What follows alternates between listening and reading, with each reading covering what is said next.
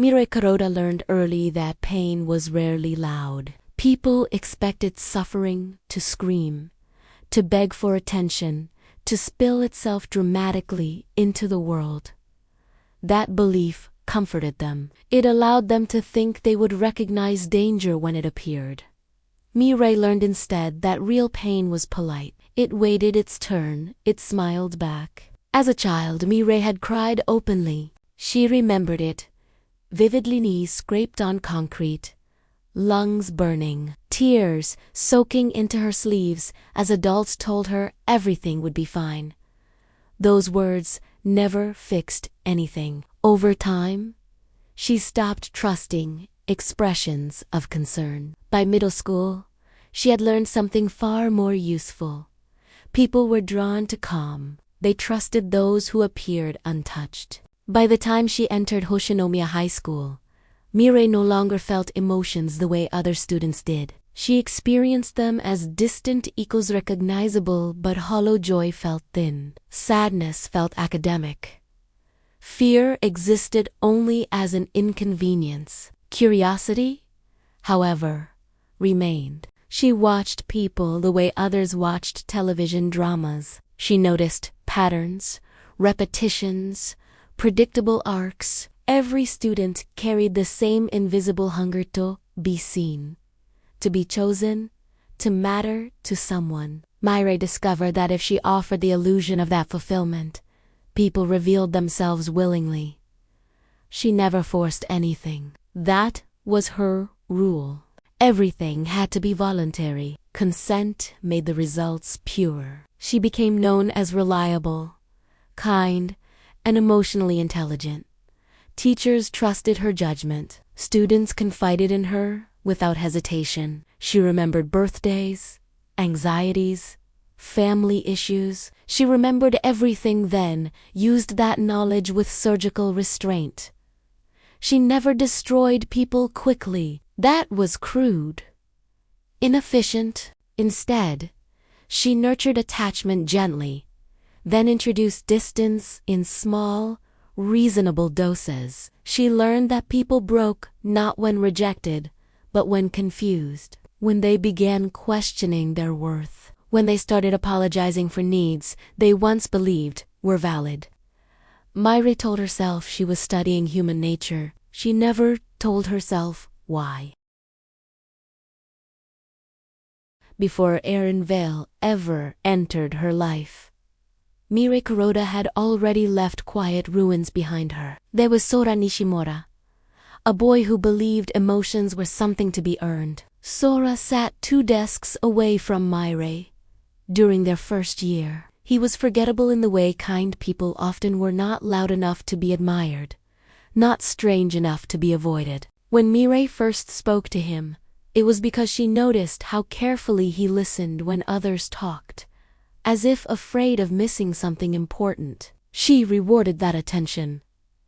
Mirai became his safe place. She praised his efforts, validated his insecurities, assured him that his kindness mattered. Slowly, Sora began orienting himself around her reactions. He studied harder when she encouraged him. He laughed more freely when she smiled.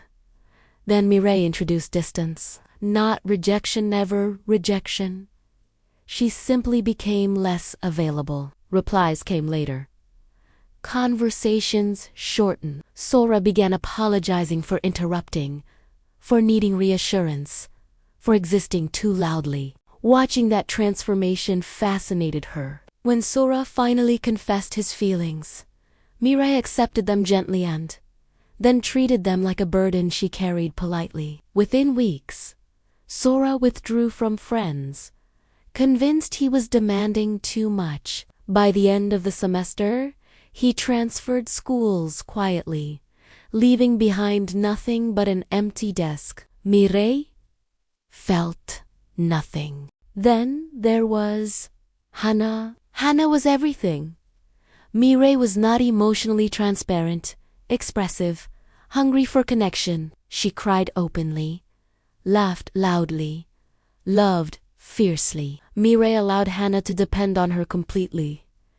She became Hana's anchor. And then She loosened the rope. Myra planted doubt carefully, framing it as concern. She suggested Hannah was too intense, too emotional, too much. Hannah internalized every word, turning her own feelings into evidence against herself. When Hannah finally broke publicly, Miseli Myra stood nearby, calm and untouched. People blamed Hannah's instability.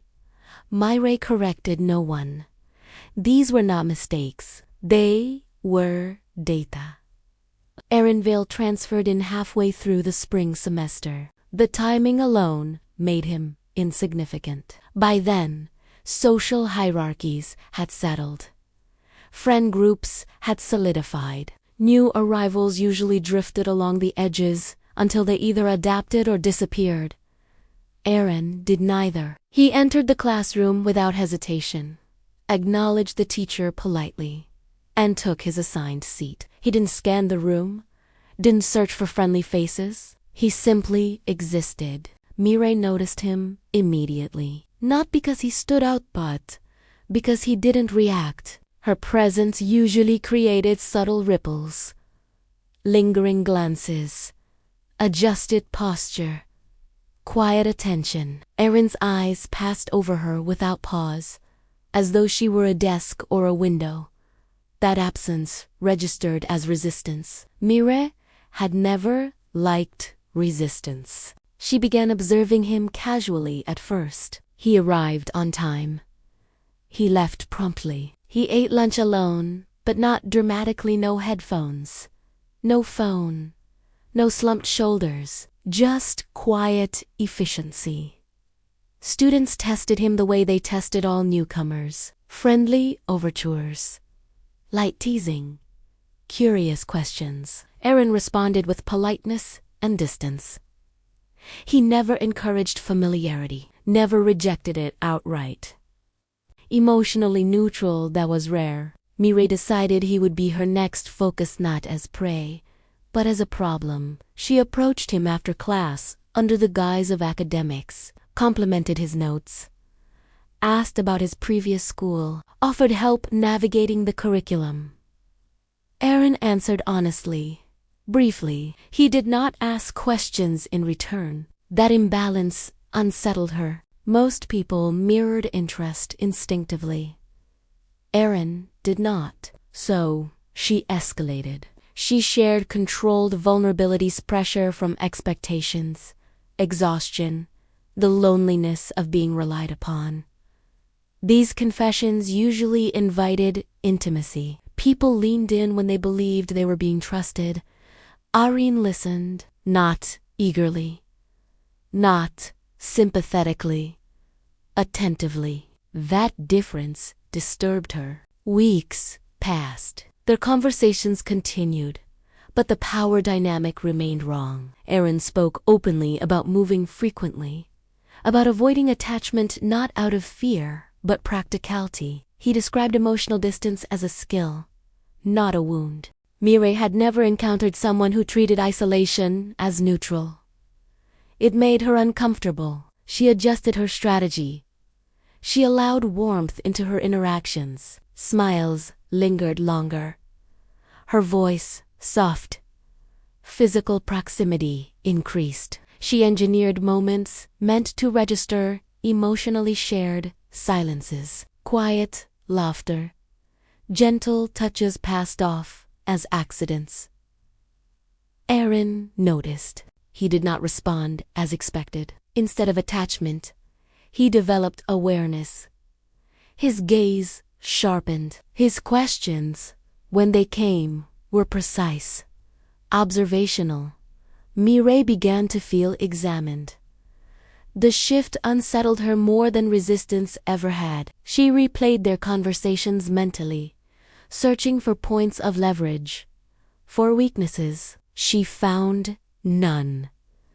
Then, one afternoon, she overheard whispers in the hallway, students speaking quietly about a girl who had transferred schools the previous year after an unexplained emotional collapse. The details were fragmented, but the outline was familiar. The girl had been close to Mireille.